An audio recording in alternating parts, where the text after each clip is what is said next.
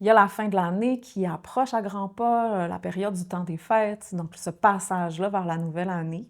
Et on a souvent tendance à vivre cette période-là plus à la surface, soit en étant constamment entouré, on fait la fête, on mange trop, on enchaîne les parties de famille un après l'autre, ou soit en l'inverse, on a tendance dans cette période-là à s'isoler, puis on traverse on la traverse avec une forme de tristesse ou de nostalgie. Pourtant, c'est vraiment une période où il y a énormément de choses qui se passent à un niveau beaucoup plus profond, dont on n'est pas nécessairement conscient, consciente, et on passe à côté de ceci, parce qu'on met notre attention ailleurs, et on passe à ce moment-là à côté d'une occasion vraiment précieuse de clarification, de guérison, de réactualisation pour avancer vers la prochaine étape.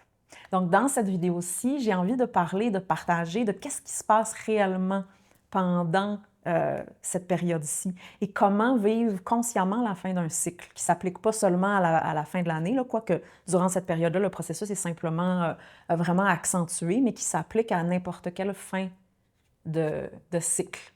Ce qui se passe réellement en dessous de la surface, puis comment s'y préparer et comment traverser ce passage-là pour que ça soit le plus bénéfique possible. Déjà, le temps des fêtes ne représente pas la même chose pour chacun. On ne le vit pas tous et toutes de la même façon. Il y a pour certaines, ça va être il y a les parties de famille, puis parfois c'est une obligation, parfois on a envie d'être là, mais des fois il y a comme les malaises de se regrouper ou des vieilles dynamiques qui peuvent refaire surface. Pour d'autres, ils vivent avec immensément de pression, là, que tout soit beau, que tout soit parfait, que tout se passe bien, que tout le monde soit heureux de vivre la magie du temps des fêtes. Pour d'autres, c'est une période plus de solitude qui parfois est appréciée, mais aussi qui peut se vivre avec plus de nostalgie. Et au-delà de toutes ces formes-là externes, là, qu'est-ce qui se passe réellement? À la fin d'un cycle, tous les dossiers qui ne sont pas réglés vont chercher d'une manière ou d'une autre à revenir, à refaire surface. Pas pour nous punir, pas pour entraver le bon temps qu'on veut avoir ou cette sensation-là de liberté, mais pour pouvoir être digéré proprement puis clôturé. Et on vit, dans notre vie, là, on vit plusieurs cycles au cours d'une même vie, des petits cycles puis des grands cycles, comme des chapitres littéralement d'un livre. Et on peut dire qu'en fait, on vit plusieurs vies dans une seule.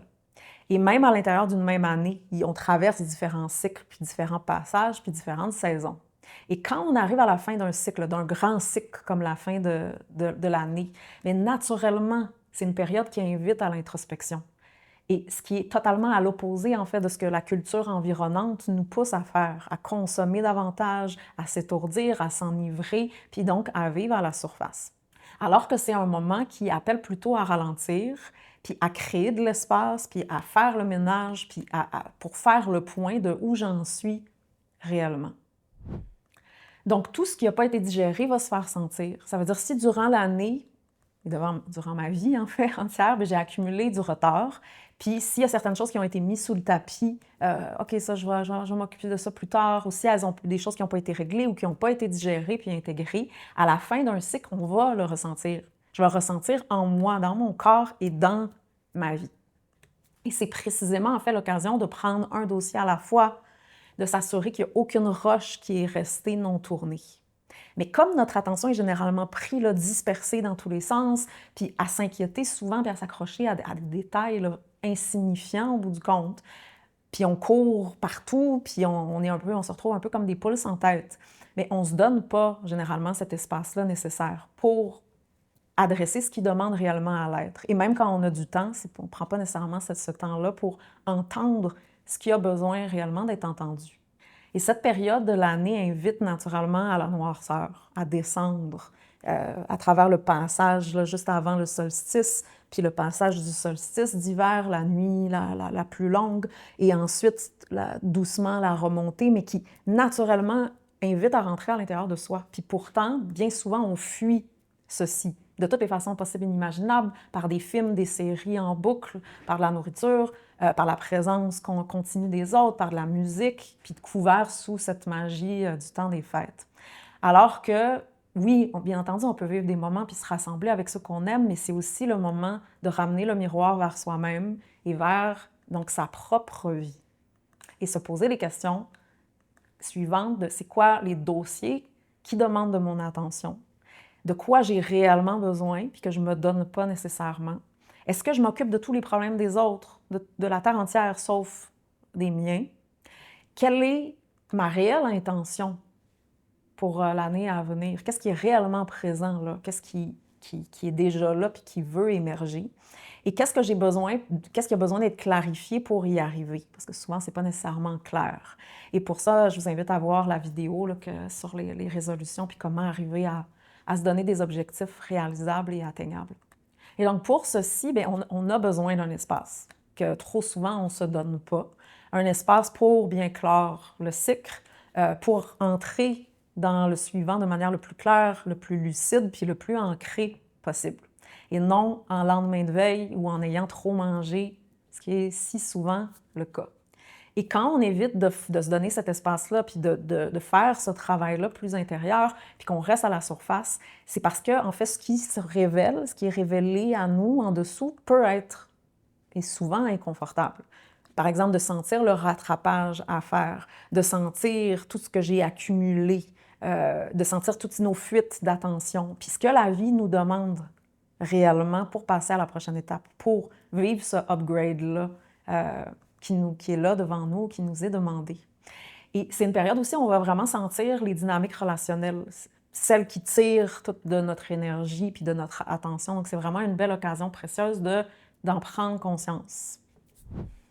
Donc, durant les parties de famille ou d'amis, si vous en avez, observez. Prenez le temps de voir, parce que ça va être un miroir de où j'en suis réellement dans ma vie. Est-ce qu'il y a certaines dynamiques que je pensais qui étaient réglées, puis que je croyais en avoir terminé, mais qui sont finalement encore bien présentes? Ça ne veut pas dire que je n'ai pas évolué, ça veut dire que je suis peut-être plus consciente aussi de certaines dynamiques, de voir bien, où je me sens pris. Est-ce que, par exemple, je reprends la posture de la petite fille ou du petit garçon? Est-ce que j'impose mes croyances et ma façon de voir les choses aux autres, sur les autres? Et comment je peux danser consciemment, arriver à danser consciemment sans me perdre, sans me compromettre, mais en respectant aussi les autres puis leurs limites. Et où on se rejoint réellement, puis où on ne se rejoint pas, et qu'à ce moment-là, je n'ai pas besoin de forcer la donne. Puis si je me sens pas bien, c'est peut-être qu'il est temps en fait de réactualiser mes propres choix, puis les assumer. Donc, au lieu de faire comme tout le monde ou comme la tradition le demande ou par pression familiale ou sociale ou parce qu'on veut faire plaisir ou peu importe la raison, et je peux trouver ma propre façon d'entrer en relation avec ces rencontres-là, d'être présente, mais d'arriver à pouvoir aussi me respecter. Par exemple, y aller, donc faire acte de présence, mais moins longtemps. Ça veut dire qu'à ce moment-là, quand je suis là, je le choisis réellement. Je veux être là, c'est un réel choix. Donc, je peux à ce moment-là, donner quelque chose. Et je peux aussi me rétracter quand c'est nécessaire, parce que c'est quand on se sent pris, qu'on se sent impuissant, puis qu'on se retrouve dans la position de l'enfant plutôt que d'un adulte qui peut faire ses choix. Donc, plutôt que d'être présente physiquement, mais absente intérieurement, puis de juste vouloir être ailleurs. Et donc, c'est vraiment une excellente période pour justement faire le point sur ces dynamiques-là relationnelles, puis est-ce que je me fais tout aspirer mon attention? Est-ce que je m'y perds? Est-ce que je sais me retirer justement quand c'est le temps, puis respecter l'environnement dans lequel je suis pour m'occuper de ce qui appelle à mettre au clair justement, puis à faire le ménage dans ma propre vie. Donc, à la fin d'un cycle, puis particulièrement à la fin de l'année, souvent, il y a une fatigue d'accumuler qui est présente. Une fatigue qui est là, qui est liée, par exemple, aux dossiers qui sont non réglés ou aux choses pas digérées à l'intérieur, mais aussi, bien entendu, une fatigue liée à notre rythme de vie qui est souvent effréné. Et aussi, particulièrement, le fait que le début de l'hiver invite naturellement à un changement de cadence, à une forme d'hibernation. Mais notre réalité externe fait pas nécessairement en sorte qu'on peut toujours véritablement ralentir.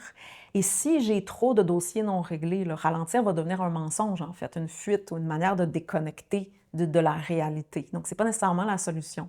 Et un véritable ralentissement, là, je peux prendre le temps de me rétracter, puis un véritable relâchement, expire, vient quand on a justement réglé les dossiers ou quand le dossier est en voie d'être réglé. C'est ça qui permet le réel expire.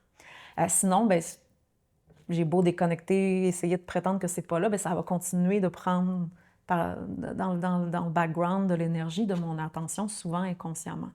Et en même temps, ben, il y a cet appel-là profond de repos, un besoin de repos, de retour à soi.